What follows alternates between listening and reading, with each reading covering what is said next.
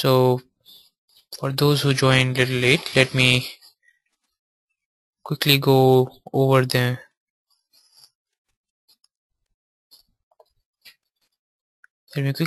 what we'll be covering today.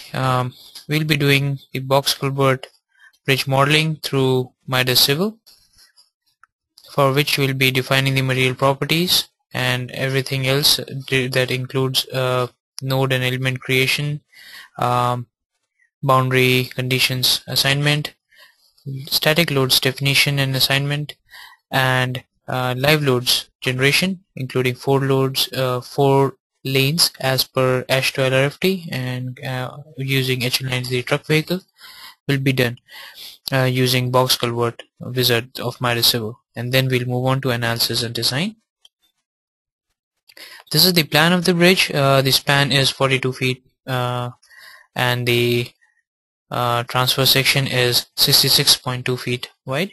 The bridge has a skew of 20 degrees, and if you look at the elevation, we have a wing wall of 26.3 feet width, and the depth of the bridge is 26.3 feet.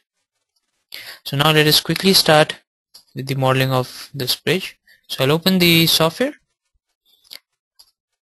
and this is how the blank Midas Civil window looks like, and I'll start by defining some material properties. So I'll just right click on the model view window, go to properties and select material, and the material I'll click add, and I'll select concrete material,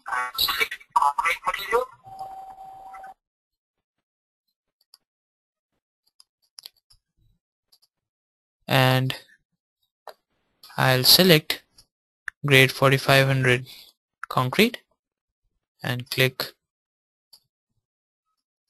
apply. So in this way you can easily define the material properties. Then you can click close here. I'll switch to works tab and then go to model structure wizard and select reinforced concrete frame or box culvert wizard, and you'll see a dialog box open like this, where I'll switch to box culvert. You can choose what kind of structure you want to make. It can be a 2-dimensional, 3-dimensional analysis, it can be normal type frame, it can be pie type frame, as you can see the different layouts, or a box culvert. So from box culvert I'll select the material property that I defined for the bridge. I can give the dimensions of the plate element, and I forgot to mention that this bridge will be completely made of finite elements. That means it will have all members modeled using plates. The span length, if as you can see here, is 504, which is 42 feet. The thickness of the wing wall has been entered, the skew angle has been entered, and the dimensions, as you can read from the bitmap image given here, have been entered. So if you are modeling a box culvert with multiple voids, you can select span 1, span 2, span 3 and span 4 by entering the data in separated by comma. You can even include radius of curvature if it's not a straight bridge and it's along a curvature. Just click on radius. You can select convex or concave. You can select the layout of the bridge as well. But for this example, we'll stick to the default values here, and then move on to the transverse direction tab, where you can define the cross section of your bridge. You can define where your carriageway is, how much is your sidewalk, and where the barriers are located. And once you have entered those information, you can give the dimensions of your plate elements in the transverse direction, and you can have different layout of the bridge to choose from.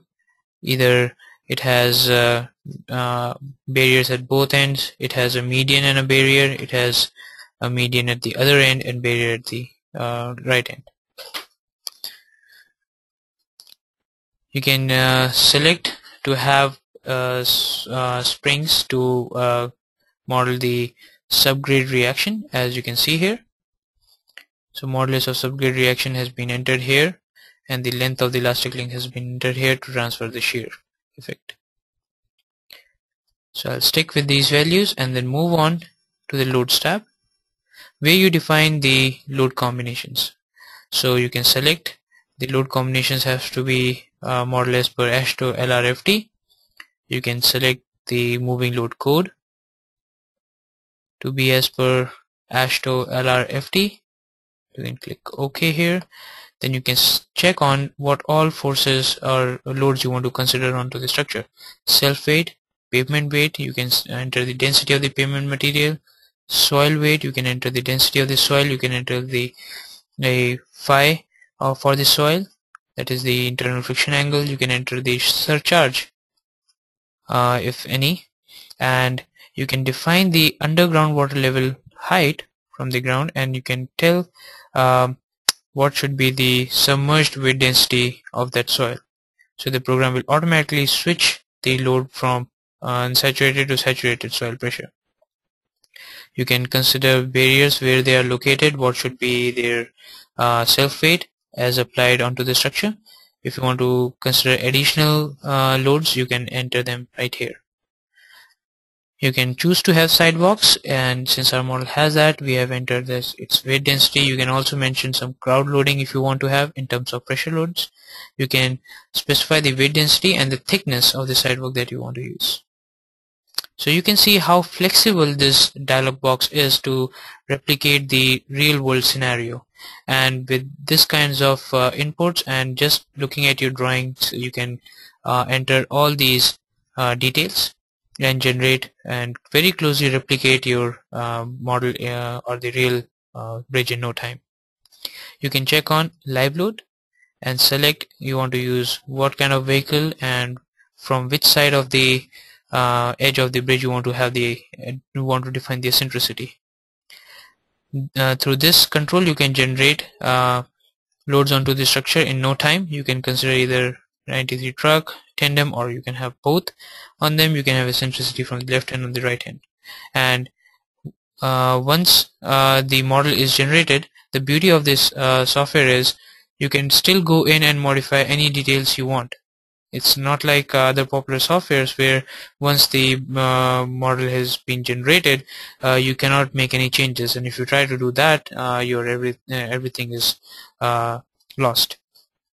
You can choose to have a temperature gradient and a system temperature increment. We are choosing the temperature gradient to be as 5, delta T as 5 units of whatever unit system you are using for degree Celsius or Fahrenheit, and the difference of system temperature from 0 to what temperature you want to see. So that's been taken as 10.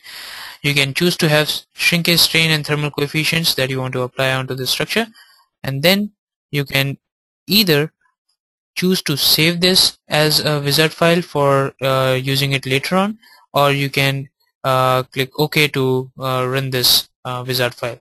So the reason you would like to save this wizard file is that when you want to create similar bridges again and again, let's say you have a library of bridges that you want to generate, then you can save these wizard files and then open it later on in a different model, make some changes here and there, and just hit OK and generate the bridge.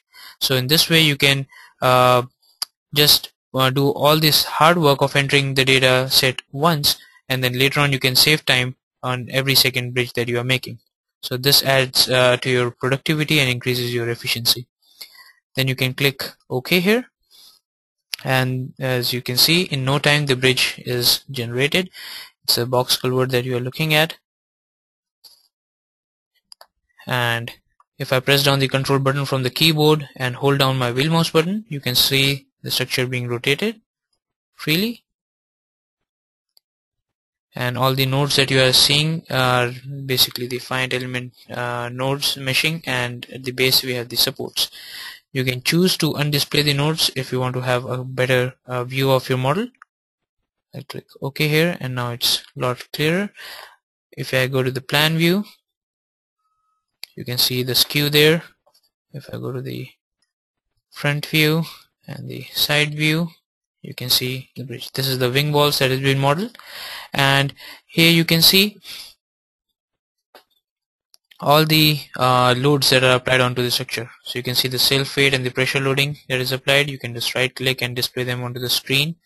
You can select other loads that are there, and all the loads have been described here, that what do they represent in the reality. So you can see the DC, DW components onto the structure. You can choose different scale to see the values, let's say kips per foot, or let's say pound per foot, and you can see the values written. If you find it hard to read this, as in this case, you can always choose to generate the table from it. You can right click, select tables, and you'll see all the loading in the tabular format in the given unit system of pounds per foot square.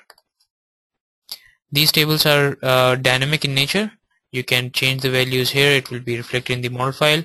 You can choose to see particular columns at a time and collapse the not needed ones.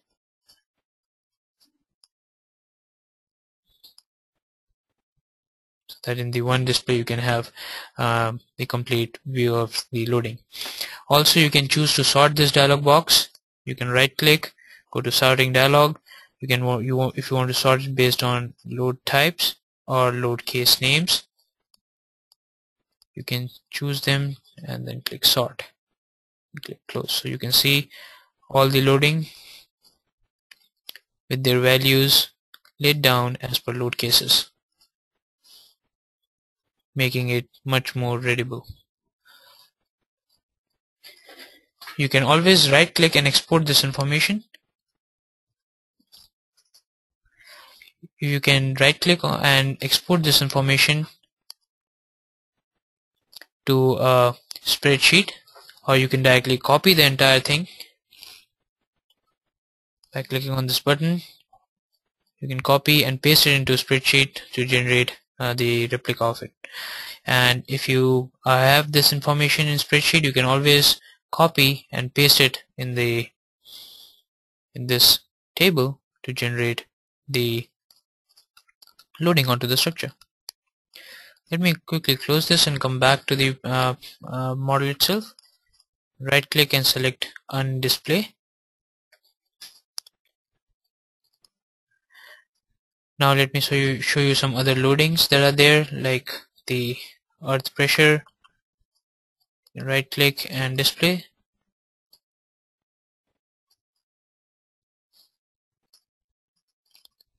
So you can see hydrostatic loading onto the structure as shown here, onto the wing walls and to the walls, and based on your water level conditions you can see all the loadings that are there. Let me just undisplay everything here, and let me show you the lanes. So I can just, you can see 4 traffic lanes have been generated based on the specific spacing given as per the codes. You can just right click and display them onto the screen. Let me go to the top view here, and you can see there are 4 lanes. I think this will be a better representation, and let me zoom in at this point. So you can see lane 4, lane 3, lane 2, and lane 1, and this side has been given for sidewalk and the barrier. So undisplay this. So, and also the program has generated the point springs at the required locations. So you can choose right click and display them onto the screen. You can see the point spring locations, and you can also see the fixed supports that are applied at the extreme ends. Let me go to the elevation. So this is the fixed support that have been applied, and the connection between the bottom of the bottom slab, and the soil has been replicated using elastic links, so you can just right click and display them onto the screen. And the properties of this elastic links have been entered as per the data available or provided into the wizard. So let me just go back here.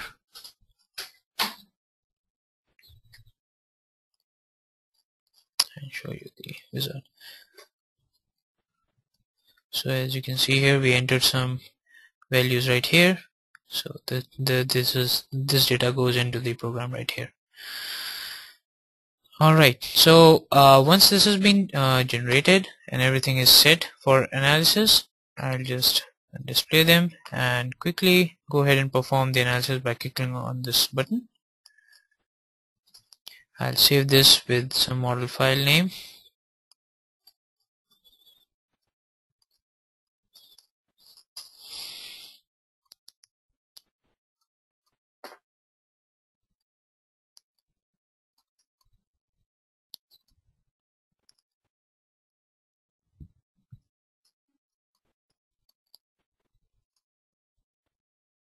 Let me say just some random name. Let's say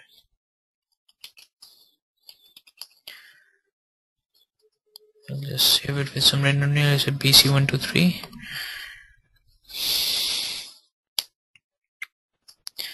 And now you can see the analysis being performed, and the message window you can see what steps are being performed right now.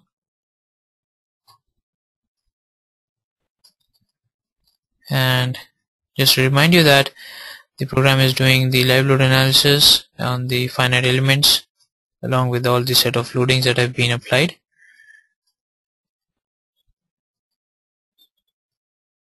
And in less than 30 seconds, as you can see on the screen, the analysis is completed. So most of the time we being engineers shy away from finite element modeling because of three reasons.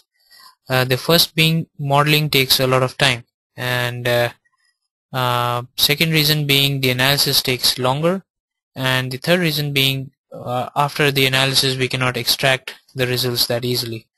So as you can see, the first point has been taken care of by the program by using a wizard and generating model in no time.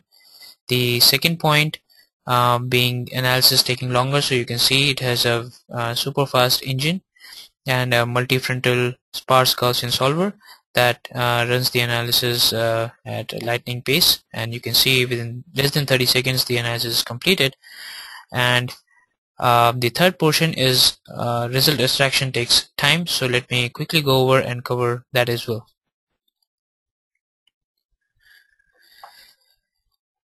So now I'll show you the program also generated the load combinations. So if I go to result combinations, you can see the load combinations are automatically generated by the program because we defined the load combinations as per AASHTO LRFT. So you can just click on the load combination and see the load cases that are there along with the load factors. So the solutions are basically the program is now set to extract the results.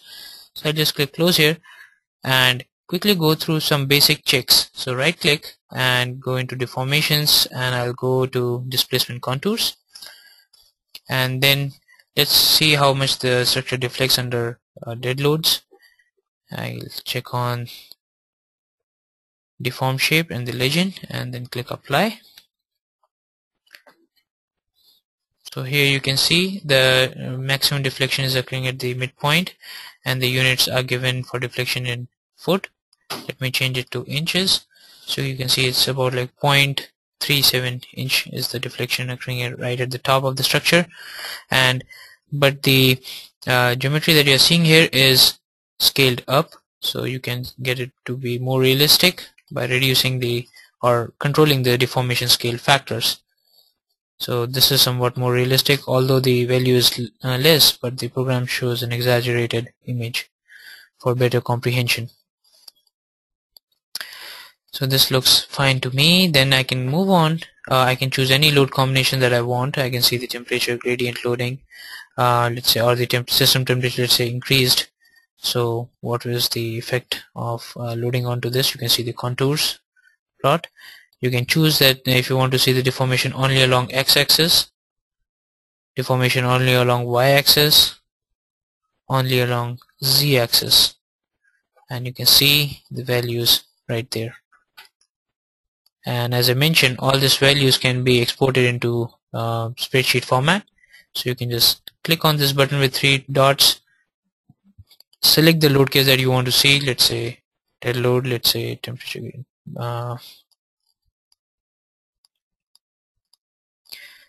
So click OK and you get the deformation in no time. Now you want to see where the maximum deformation is occurring. You can either just look at on your from your display, you can get it, or you can just sort this dialog table as well. Right click, sorting dialog. You want to sort based on DZ values. You can set the priority as top, click sort, and now you can see the one which has most deflection in the negative direction is at the top, and the one which has least will be at the bottom, along with the load case and the node number. So in this way you can easily interpret your results. Then let me go on to show you some force results. I'll switch to the force tab and select plate forces and moments. Then let me choose some simple load case right for the timing. Let's say static load as per dead loads. I'll choose to display average nodal. Basically each plate has got 4 nodes, and 4 nodes will have different values.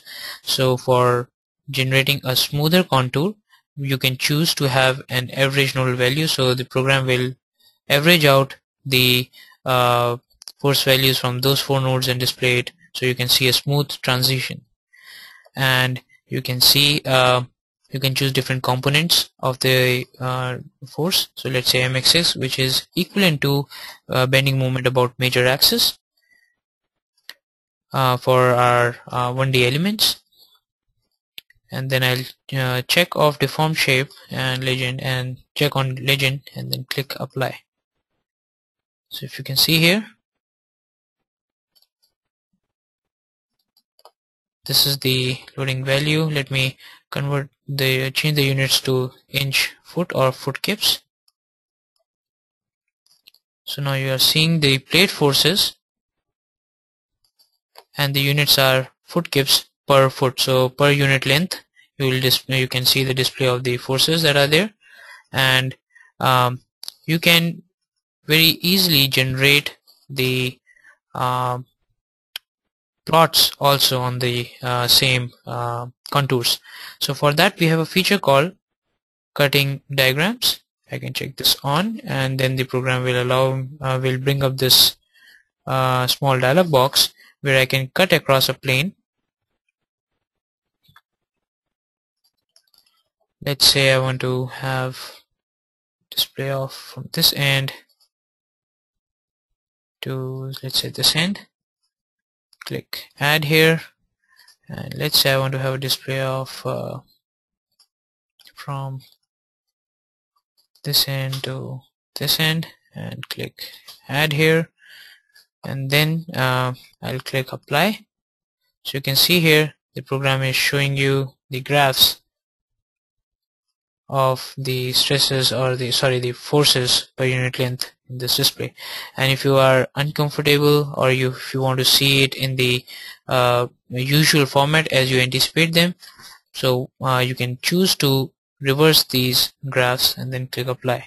So now you can see them in the other format. And these lines need not be always orthogonal or straight. You can choose and cut across any along any axis and see the results. So if it's a skewed bridge and you want to see along the skew, you can choose to do that as well.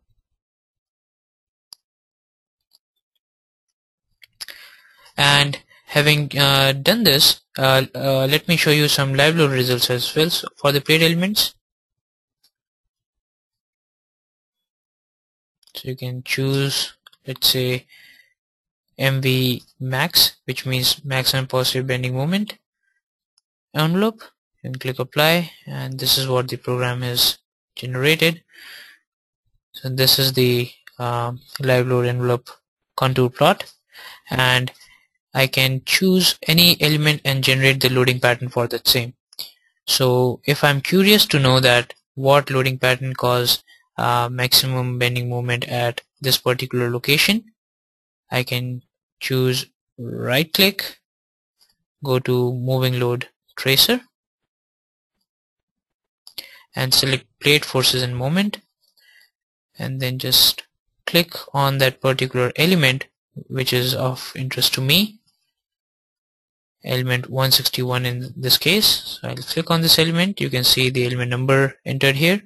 I can choose either I want to see it at the center or the four corners I, J, K and L, going in the direction of the plate generation. So I, J, K and L.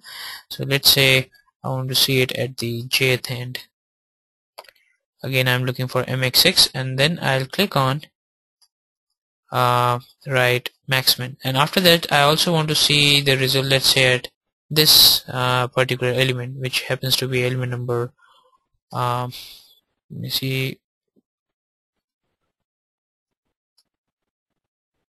let's say I don't want to overlap and pick a wrong one. Let's say element number 154 for instance. So let me first generate the loading pattern that cause maximum bending moment at this element. I'll click apply, and the program will show me the loading pattern. So you can see that there are the three lanes are occupied, and the red flag that you can see here represents the axle or the wheel location. And if you want, I can switch the background to white or change the load display color.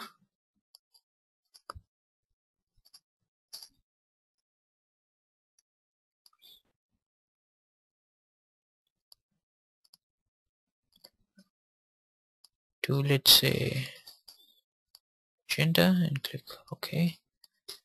So you can see the values of the red flags are the wheel locations, the blue color, the blues represents the lane load onto the structure, and this is the vehicular location, vehicular load pattern that causes maximum bending moment at that particular location. And I can convert this loading into a static load case just by clicking on this button which says write min max to the load file, and then I click OK, and here you can see text file is created in no time.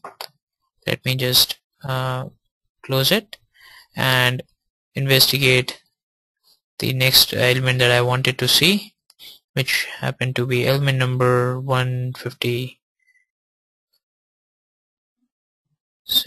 or as a matter of fact I can pick any element I want. So let me just pick any one at some distance, let's say here, and then click apply. And this is the loading pattern that causes the maximum bending moment at this location. Similarly, you can generate the plots not only just for bending moment but also for other load effects. It can be axial forces, shear forces, and what we say that out of plane shear forces as well. The value is shown here. I can click write maximum to a file and then click OK, and again this kind of sheet is generated. So what I'll do now is, having this load applied to the structure, I'll convert this load into a static load and apply it back onto the structure as point loads. So for this I'll go to tools, MCT command shell, and then just open the two files which were just recently created, which is 161. I'll click open, hit run. It'll ask me whether you want to erase all your results. I'll say yes, and the moment I do that, you can see here a new load case is generated with the name MVL, MVmax, MXX 161, that is corresponding to element 161, and then I hit clear and then open, repeat this for the other set of loading, which is right here. 855. Click open and then hit run. So you can see another load case generated, and then I can display this loading onto the structure by right click and select display. So you can see the loading has been applied onto the structure by converting it into static load, and I can use this to obtain any kind of concurrent forces I want. Let me undisplay this and let me rerun this analysis, and I can afford to do that because the analysis time is less than half a minute.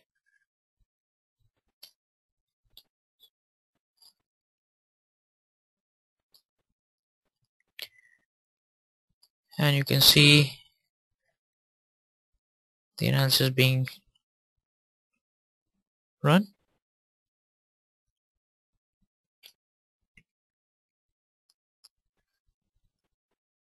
And the analysis is completed now. And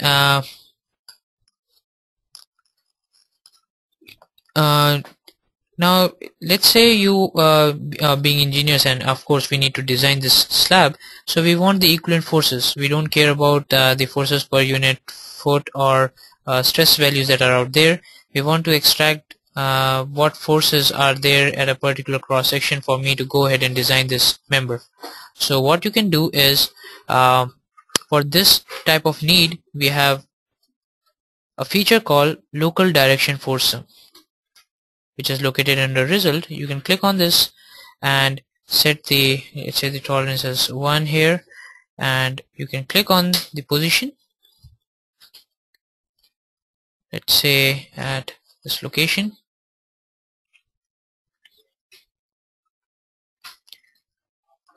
Click here, click at the other extreme, and then at, I'll just turn right and make another cut there, and then click calculate. Oops, I think I missed the nodes here. Let me try it one more time.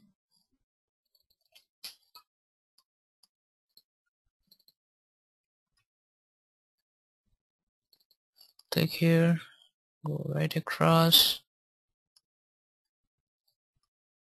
Yeah, so when I click calculate, you can see the axis shown and the values shown from the stress values that were there. So you can see if I let me zoom in at this location and rotate the structure in such a manner, so you can see X, Y and Z. This is the local direction of this cut, and the value that you are seeing, this mx, is the bending moment about this axis, this local x. Mz is the bending moment about the local z axis that you can see here, and my will be the bending moment about the vertical axis at this location. So depending upon the direction of your cut, you can control the local axis direction, and here you can see the values. So this is the axial, fx, fy, fc, mx, my, mz, and the length of the cut was this one. So you can save this location. Let's say it is at, this is location 1, x equal to 34, or you can save it with the name, let's say location 1, and then you can click add. So the program remembers this locations for you. You can then go on and change the load and still generate on the same location what is the contribution of the other load cases onto this member, and you can have all the static load cases that are there to see the similar effects. So let's say we want to see the effect of the static load we just created from the live load onto this section, and I'll click calculate here, and the program generates this. These are the values for this load case at the particular location.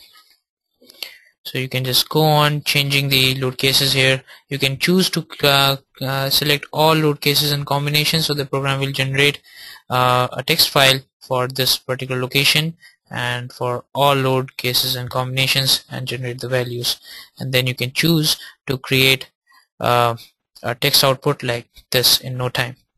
So it will show you at, because of this load case, this is the value. For this load case, this will be the value, and so on and so forth. So you can select your critical sections, cut across that plane, and let the program calculate the design forces for you in no time. And once you have these design forces, you can go ahead and use any kind of design tool that you prefer, like spreadsheets or your own set of written MathCAD programs to quickly get the design done. So this covers the third point that I was saying, that how easy the result extraction can get. And let me show you some more locations to generate this kind of results. So let's say I want to have another set of result at along the longitudinal axis, and then I'll click calculate, and for this axis this is the value for the given load case. I can choose this location as location 2 and then click add. And now for both these two, I can just choose to create a text output for all load case combinations, and the program will generate it for me. So just like this. Let me close this, and if you want to generate the text output for just individual load cases at individual locations, you can select them and click text output, and the program will write you a third file which will show you that due to this load given load case that you choose, at location 2 the value is this much, at location 1 the value is this much, and you can go ahead. But the point to be noted is that you should maintain the consistency of your cut, so that you have you need not go back and see at different locations what is the axis direction, so that you can interpret the results correctly. So with this I'll move, this is what I wish to explain with for the box words, how to extract the results using finite elements through the approach of local direction force sum and cutting plane diagrams. So as you can see here, result extraction is as simple as just cutting or drawing lines and getting the hitting buttons and generating the text output in no times. Now I'll move on to the second portion of the webinar, which we will be talking about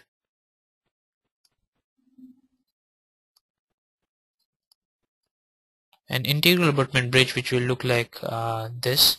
We'll have the pile members, we'll have the abutment wall, still have a wing wall, it will have girders underneath it, the intermediate diaphragms, and the deck of course on top of it.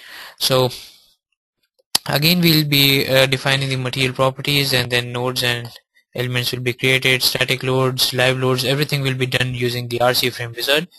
Now once the model is generated, you can go in and modify and make the model or customize the model to suit your field requirements. Like you can set what type of beams you want to use and what kind of pile elements you are using, so you can provide them spacing and create them in no time. Then you can use the auto generation tools for generating soil springs for integral abutments as well as for pile, and then move on for analysis and result extraction. So this is how our bridge looks like. This bridge we have used is in SI units, so it is 36 meter long, 6 meter is the wing wall dimensions, and this is the cross section of the bridge, and this is the wing wall dimensions. 1.132 is at this end, and as I mentioned, it is 6 meters long and 5 meters deep is the wing wall, and underneath that we have the pile members excuse me, which is like 20 meter deep. So I'll go back into the program now and create this in no time. So I'll start with a new, I'll click no to save changes with a new file here, and just to save some time, instead of going and defining the materials and sections again and again, what I'll do is I can either right click, go to properties, go to material, and import the material from a relevant project. So let me just go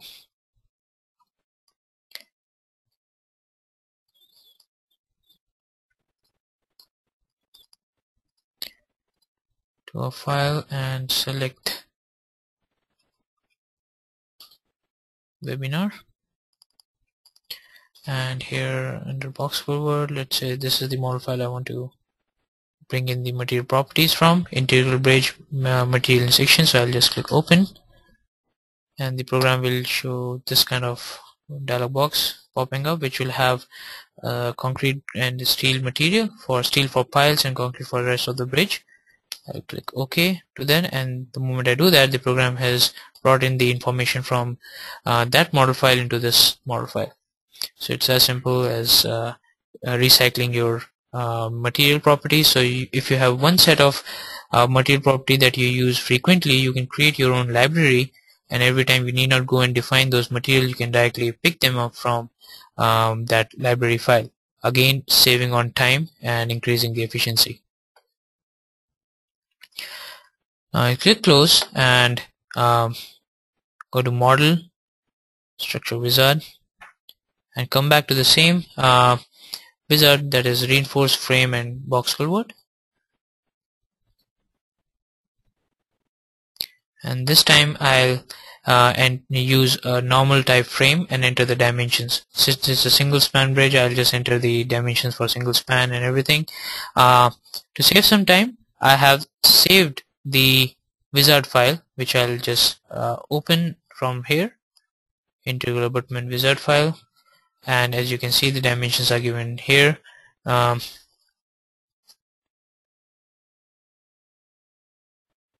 order for the dimensions to be similar to the drawings that we have here, I'll close the dialog box, switch the unit system to kilonewton and meter, and then I'll go back to model, structure wizard, reinforced concrete frame, and then open the wizard file that I had. And now you can see the span length is 36 meters, the thickness of the wall, wing wall is 0.6, the plate element size I have taken as unit dimension, and other parameters have been entered just by looking at the bitmap image. Now you can come to the transfers tab, and here you can see the dimensions for the bridge have been given. The carriageway is given as 6.4 meter wide, then 1.5 meter is the sidewalk, and the barrier dimensions are given here. And since we'll have it's a frame bridge, so we don't have to enter the spring supports right here, because we'll be having the piles and integral abutment supports later. Then you have the loads tab. Here again we have the load combinations that will be generated as per H2 LRFT. The live load will be generated as per H2 LRFT. Click OK, and there you can choose the other settings. So in this since it's not a box culvert, the underground water level is not taken into account here. We don't have a sidewalk here, it's a pavement there. I mean, we are not considering the loading there, but you can choose to pick and choose any set of loading as shown in the previous example. And once we have entered all these values, I'll just go ahead and click OK, and the program will generate this kind of frame, which will have the abutment wall, the wing wall, and the deck on top. And now we are supposed to just create the girders and the piles based on the spacing and dimensions we want to do. So let me just turn off the nodes for the time being, so that the view is more clearer and it becomes easier for me to transmit it over the internet.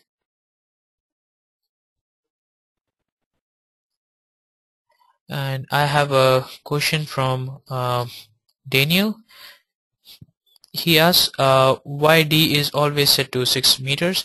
It's not a default, or I mean, it's just a default value. You can choose whatever dimensions you feel is appropriate. D doesn't always need to be 6 meters. It can be any value that is here. So basically the things that are grayed out, you can ignore them. It's only the editable text fields that you can fiddle and play around with. So just ignore the values that are grayed out. And this is a good aspect of the software, that it shows you only the relevant bits of information. So if you have no idea what D is, or why it is 6 or less than 6, whatever the case be. uh, you can just hit F1 from the keyboard and it will open the Internet Explorer. uh,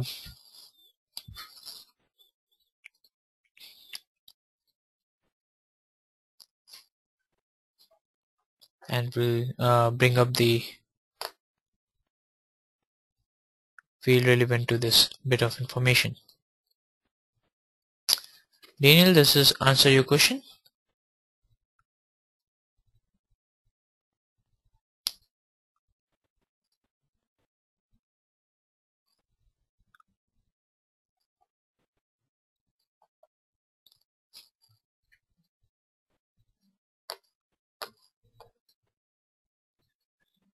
As you can see here,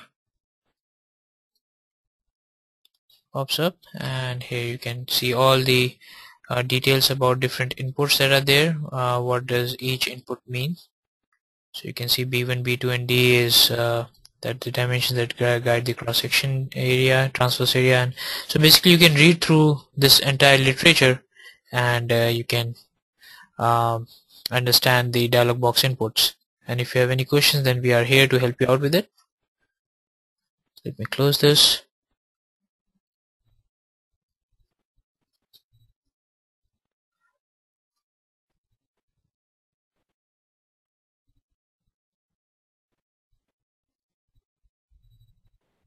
Um, there is another user, Abu Farah. He wants to know that how to regenerate the model file from the wizard once it is created.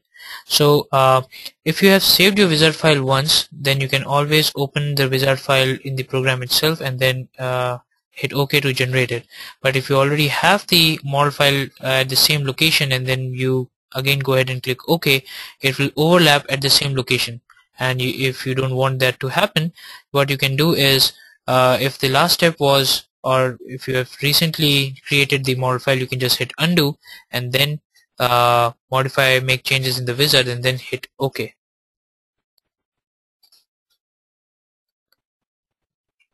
The program will generate the model from scratch, so it will overlap the image overlap the data, that is overlap the elements that are already there. So in order to avoid any kind of overlap, it is advisable that you just hit undo or get rid of your geometry and then click open and then make changes and then click OK.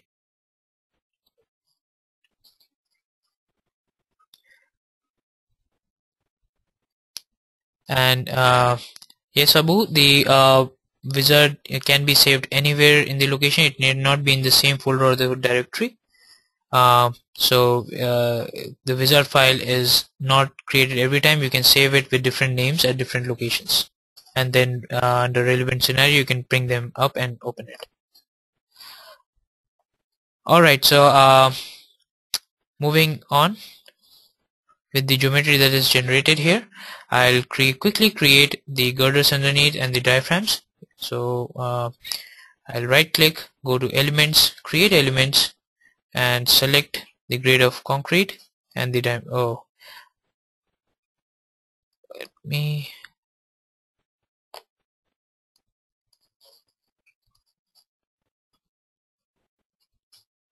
actually these sections are not here because we just imported the material properties. So what I'll do is open the different model file which has the material sections defined, just to save some time here.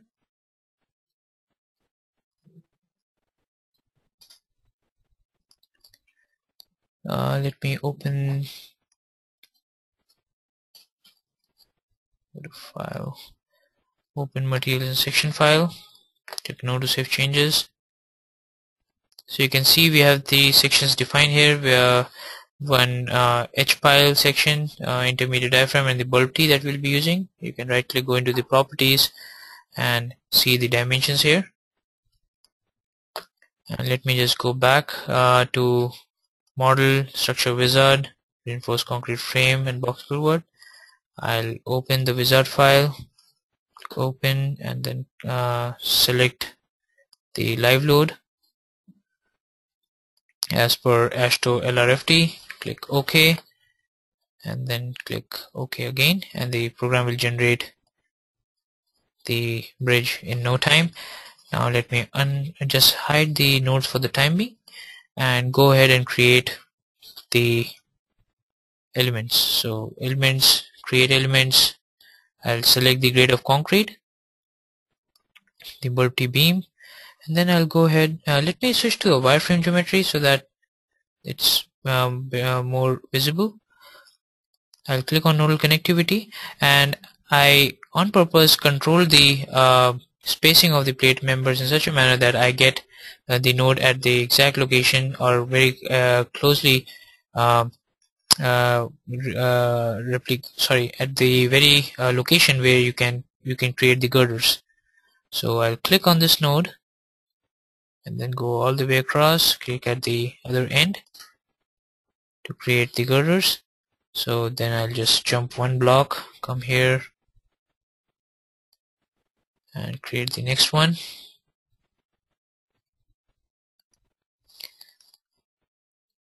And then I'll jump one more block, come here and go for the next one.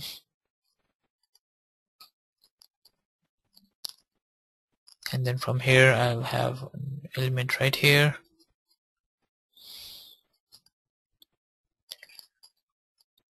And then jump one block, come here, and then have the other end of the element. So in this way we have created some elements, and now I'll go to the top view and create the diaphragm. So I'll switch the element from bulb T to diaphragm, and diaphragm divides this 36-meter bridge into 3 parts, 12, 12 and 12. So I'll just move across the bridge and see the location where I'll get 12. So you see here at the status bar at the bottom of the screen you can see X is 12. So I'll click from here, go all the way across and have the diaphragm connected to the other end of the girder. Same thing, I'll just move on and find 24, 23, 24 here. The X coordinate is 24 from here. Click on this node and then go there and click on the other node. And then I'll click close here and turn on the solid view so that you can see the girders that are created underneath.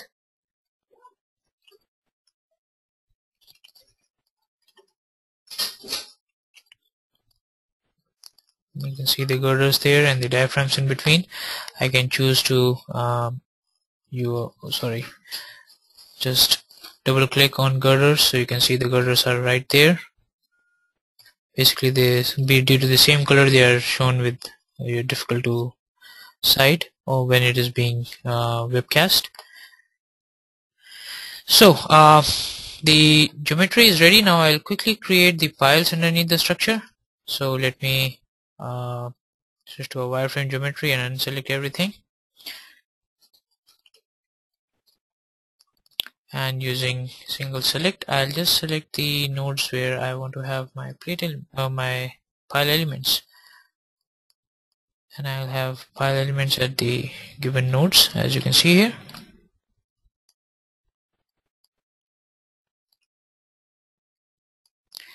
Similarly at the other end of the bridge.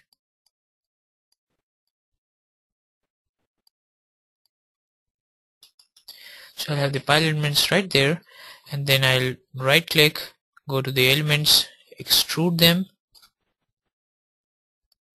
steel material with H pile, and the distance will be equal distance and -2 meter, and repeat it 10 times. Then click apply. So here you can see the piles are generated, and if I switch to the solid geometry you can see the pile members right there.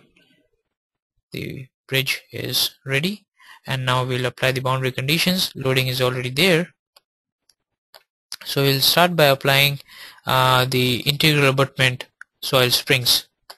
To start with, what I'll do is select the face of the abutment on which I want to apply the springs, which is 1.2 meter thick. So I'll just double click and you can see the members are selected. Let me right click and go to the boundaries, and in the boundaries we have a special type of spring support system, as you can see, which is integral bridge spring support. And then I'll click on this particular spring support. I'll choose that I want to apply abutment springs. And if you look at this bitmap image, it will show you two kinds of springs. One is blue color spring and one is red color spring. Blue color spring represents the plane condition. So they will be the non-linear springs in the plane, and then we have point spring at the base. If you want to have a raft foundation underneath, you can choose to have this kind of spring conditions at the for raft foundations. But since we have pile here, piles underneath this abutment, so I'll ignore the red springs. So I'll just select the elements that I've already selected. I'll not have any footing at this point, and my abutment height, as we know, is 5 meters. The thickness of the abutment wall is 1.2 meters, and the deck length in the transverse direction is 10.36 meters. And then the void ratio for this soil property is, let's say, 0.8. The specific gravity is 2.65. So you can enter your soil parameters here. You can enter the thermal expansion that you want to have. The coefficient of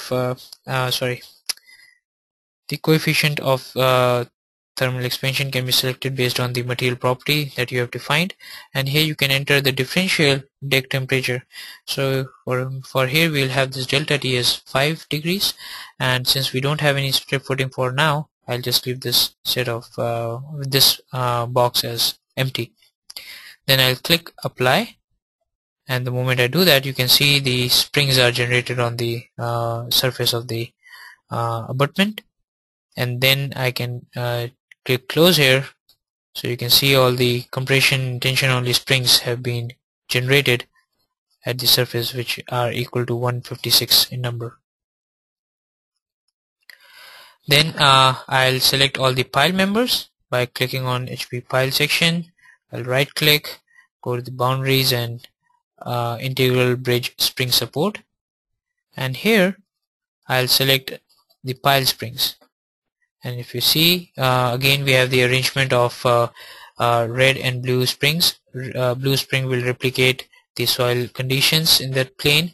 It can be which will show you the non-linear or multilinear springs, whereas the red spring is a linear spring along the surface of the pile that will behave as gives you the skin friction for that pile.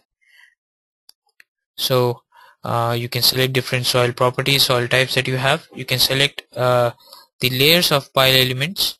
Let's say if the sandy soil is from the top of the pile to, let's say, 1/3 of the length, you can select only those pile elements, have this material property, and click apply.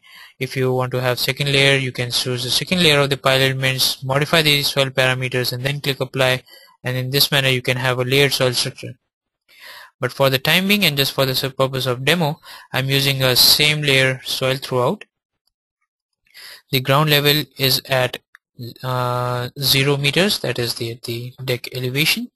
Then the 0 here. Then the diameter of the pile is H pile, so I'll use the diameter as equal to its total height of the section in the cross section, which is 0.312 meters.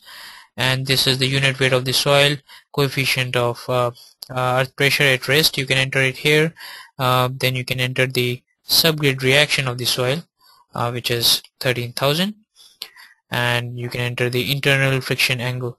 All these parameters are user defined, so if you happen to have different set of soils or different conditions, you can modify these parameters, and then you can choose what is your initial soil modulus, if it's dense, loose, medium, or none. Or if you choose none, then you can modify this parameter yourself. But for the timing, we'll stick to dense sand, and then click apply. The moment you do that, you can see the springs are generated at the surface all through the depth of the piles.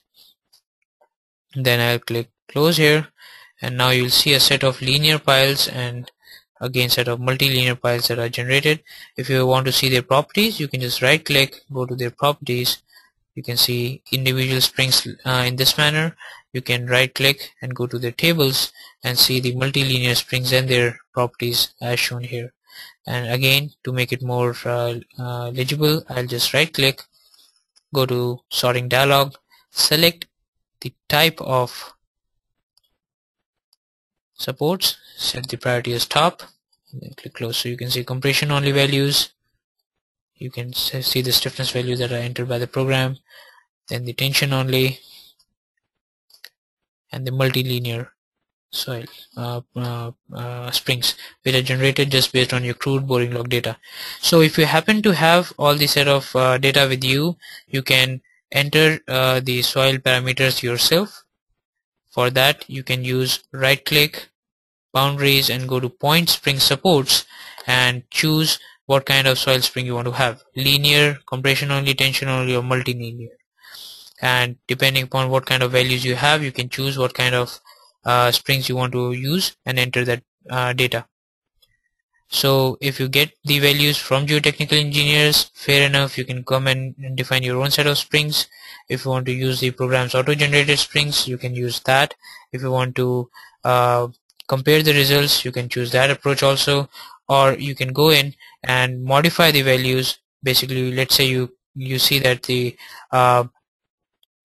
for some reason at the base of the pile some spring conditions or soil conditions cannot be replicated in the program. So what you can do is enter those spring data from your own set of spring coefficients. So you can see how flexible the program is. It fluctuates from completely program or auto generation feature to a completely user defined format. So you can take controls in your hand, and you can go to whatever extent you want in this software. The program also generated based on the wizard some fixed support at the base of the abutment wall. We don't need them, so I'll just click on them and hit delete from the keyboard. So we are now left with only soil springs that will support the entire structure. Now we are good to perform analysis. So what I'll do is click perform analysis and see the analysis being performed right here.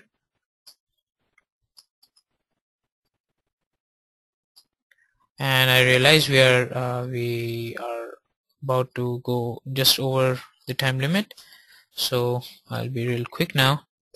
Or let me open the model file with the analysis already done, so that way I can save some time. So let me bring up the model file with integral supports in there. Let me open as a separate file.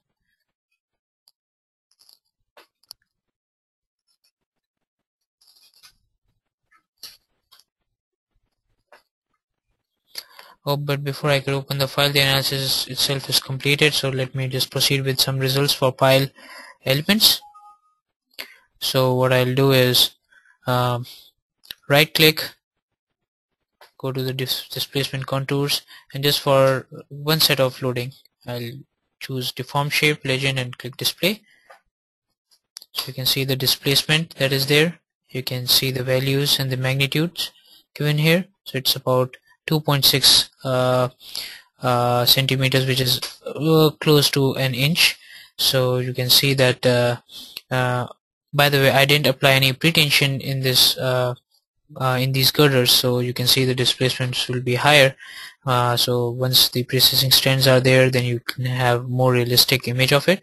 But my concern for this example was to show you the pile elements and their behavior under these loadings. So let me activate the pile elements only, so that you can see the deformations that are occurring. And as you see towards the bottom of the file, the displacements are negligible. And let me show you some bending moment diagrams for the pile elements. You can select let's say for the dead loads, because they become really easy to comprehend. Solid fill, and let's say FX. So here you can see the axial forces are maximum at the top, and they go on decreasing as you move down the length of the pile. So the pile behavior is correctly replicated in the software, and you can also choose a bending moment about major axis and then see the bending moment distribution. So here you can see at the top of the pile the bending moments are coming, and then they are like dying out because of the soil condition and the spring that have been simulated here. So in this way you can obtain the pile results in no time. And let me now show you. Let me activate the entire structure.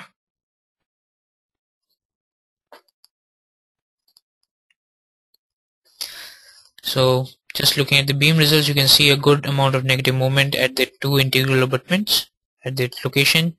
You get a nice bending moment diagram right there. And if you want to see the forces in the plate elements in the abutments, so what you can do is go switch to plate forces and moments, and then click apply, and the program will show you the contour plots. You can choose to have average nodal for display, and you can see right at the locations where the beam members are located, the stress concentration is higher, obviously because the load is being transferred and it is behaving as integral at this ends. And you can simulate the loading for different load cases and different load combinations, as you can see from here.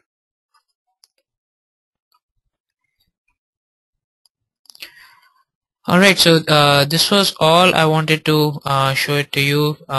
Here you can see how we used plate elements and beam elements in conjunction with each other in the same model file, and able to extract results and interpret them.